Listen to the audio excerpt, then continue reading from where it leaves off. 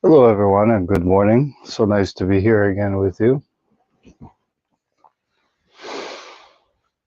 How are you feeling today?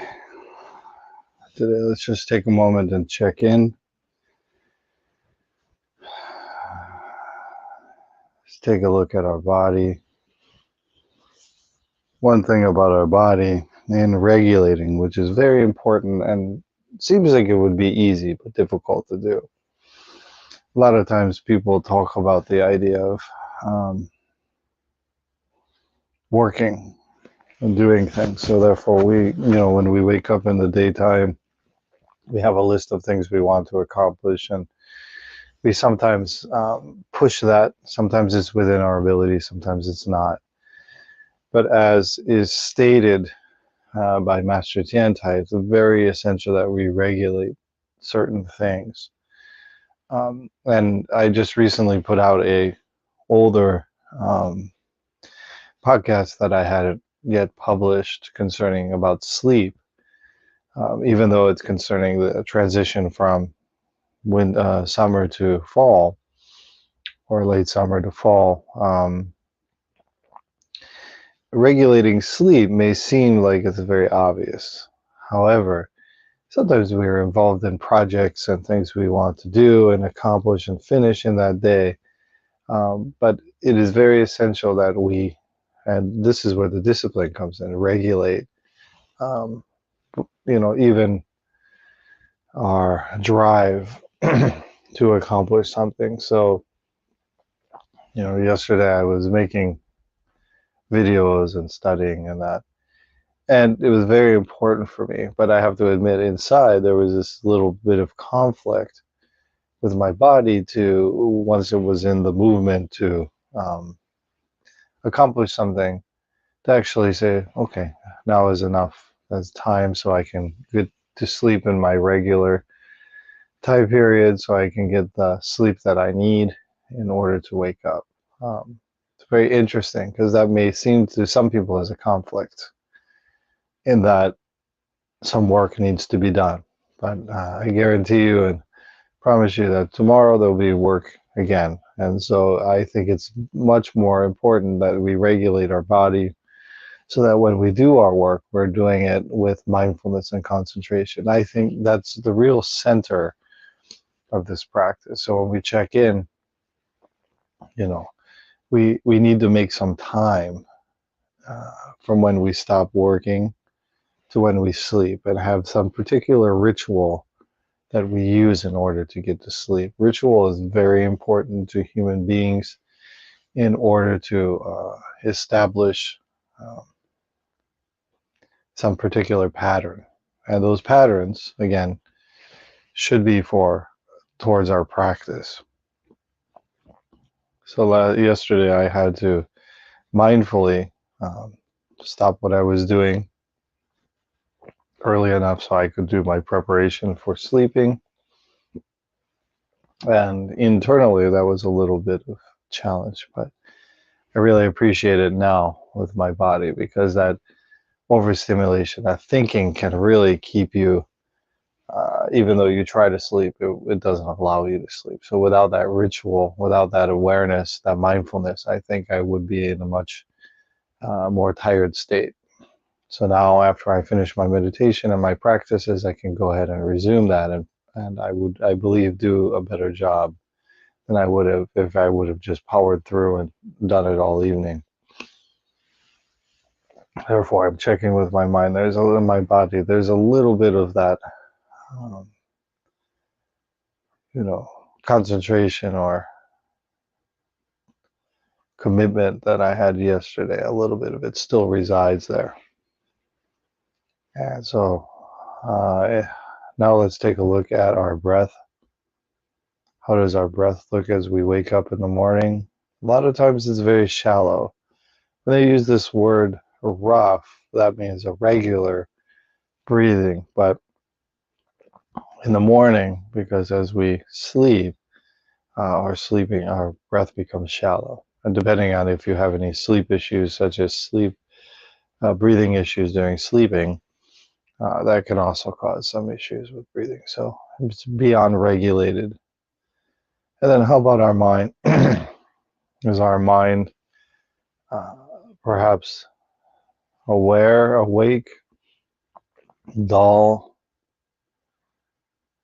But again, as we're doing this, one important thing that we're constantly reinforcing with ourselves, and this, the Yoga Sutra and many sutras speak about this, that we're, even though this is a samskara, which means a kind of action, an experience, that we are, there are positive experiences and then there are non-positive experiences. So therefore, whatever we induce, whatever we invest in, is what will come to the forefront of our life. That's the idea with karma.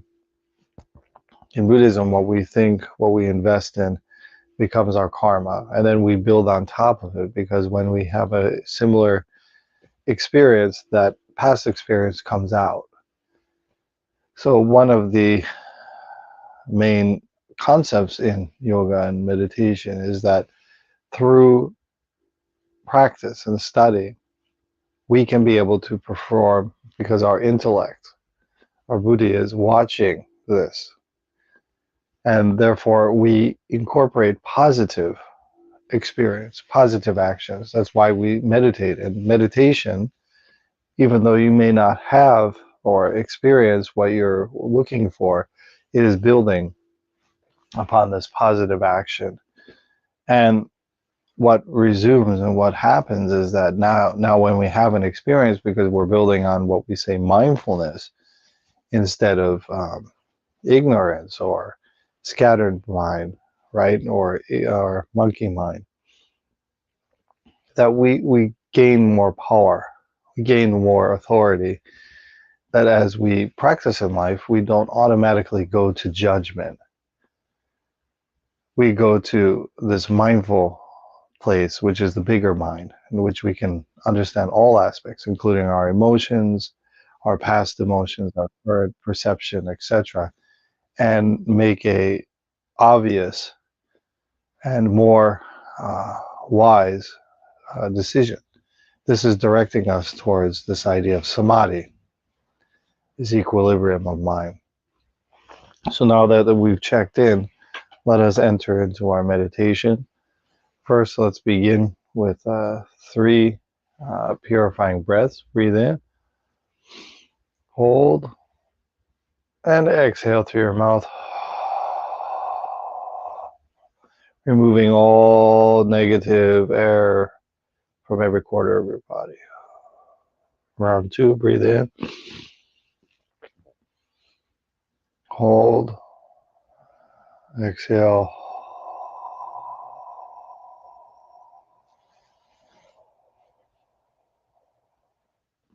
breathe in, hold, exhale.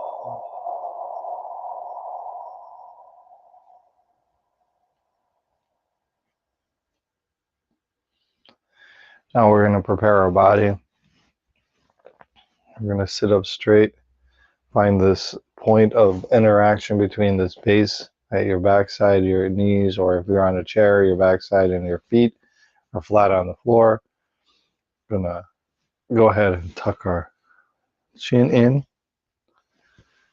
ears over the shoulders, Hokai Join, Mudra, keeping it close to the body. Closing our eyes. And now what we're going to do is begin breathing through our nose. We can use the mantra Namamyo Horenge Kyo to stop our mind. And as we breathe in, we just simply observe. Let us begin and let our mind melt with the sound of the bell.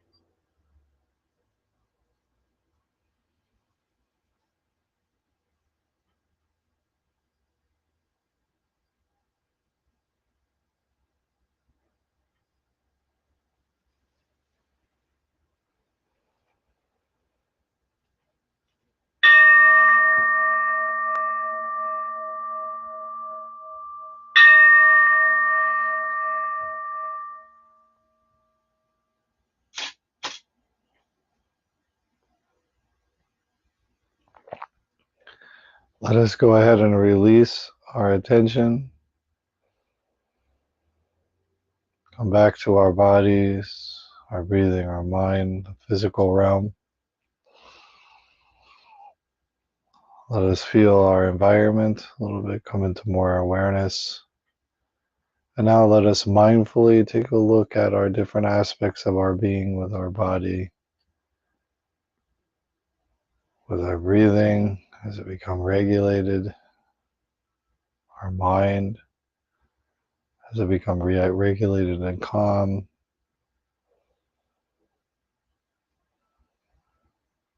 Sit with this for a moment without any judgment, just simply observing.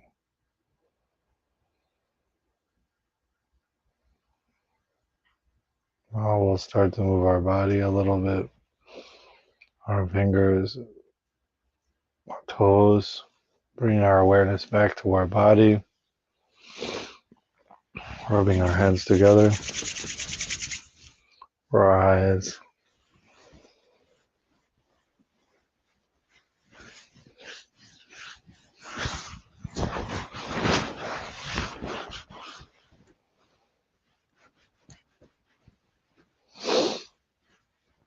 How was your practice? Hope that it was well.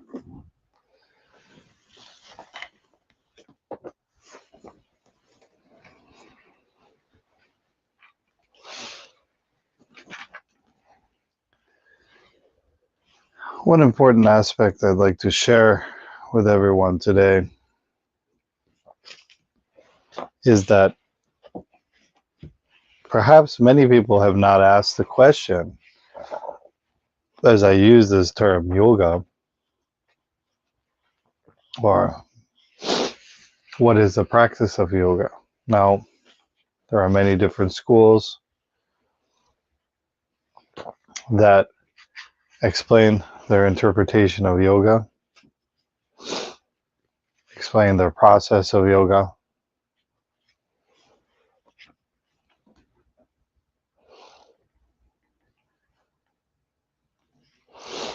As we look into the purpose of our practice, I really want to share with you that in this concept of yoga, one important aspect is that in many ways, I would say that practice is superior in that other schools of thought occupy themselves with knowledge, or even with the perception of knowledge of things that perhaps are very metaphysical, such as the existence of the soul, existence of God, etc., Brahma. They occupy themselves with that. But as we have stated with the idea of the poison arrow, that a poison arrow is shot from somewhere we do not know, from someone we do not know, and it enters into our body. This comes to the idea that the Buddha explains what should be our importance, what should be our priority.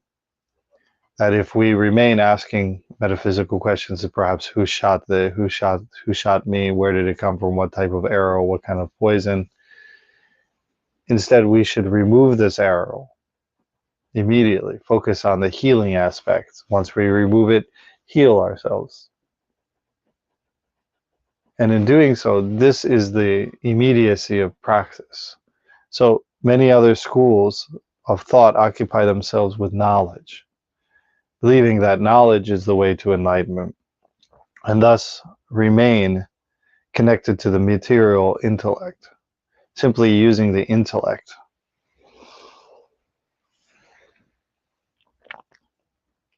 So the practice of yoga is not based on mere logical reasoning of the intellect, but on direct experience, and in this regard differs from some of the other schools. The Buddha taught us that to experientially understand our life through direct experience, and that means stilling of the changing states of mind.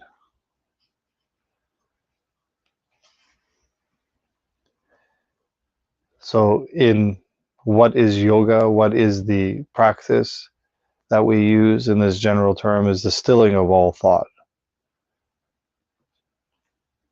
And when we do that, when we're stilling of the thought, we are able to experientially understand this deeper level of consciousness. And it also means to concentrate on some object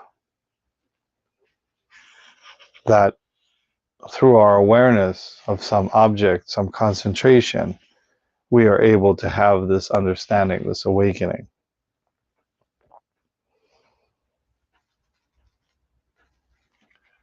What is our focus of our object of focus? What is our object of regulation through concentration? Meditative concentration, dhyana concentration, is defined as keeping the mind fixed on any particular object of choice without distraction. By concentration, the distracting influences of the world, of the five elements, are suppressed, and the higher level of ourselves, our aspect of mind, can manifest to its full potential. In Buddhism, that would be Buddha mind. And that through dhyana, we come to become aware of this Buddha mind, which enlightened through the concept of Ichinen and Sanzen all of the other aspects of the world, all other aspects of our nature become illuminated. And what is our object that we use for concentration?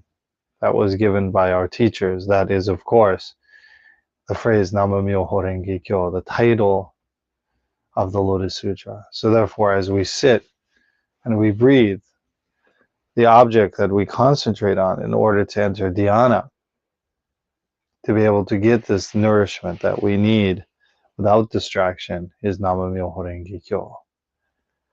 So this is just a basic concept, basic thought of why I use these terms. Now, many people may not use these terms. They may be thought of differently, but this is my understanding, and I'm here to share that with you because I believe in my own practice, this is the entrance and the path that has been given to us by our great teachers.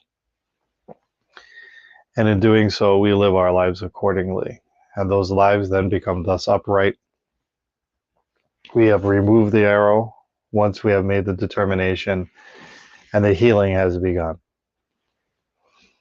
This healing is a constant effort and understanding that within dhyana, true healing can be accomplished. So therefore, thank you very much, everyone, for joining us today. May you have an enlightened, mindful, positive day towards the direction of dhyana. May dhyana become part of your life. May mindfulness become part of your life. And may you awaken your Buddha nature. Thank you very much. Till next time.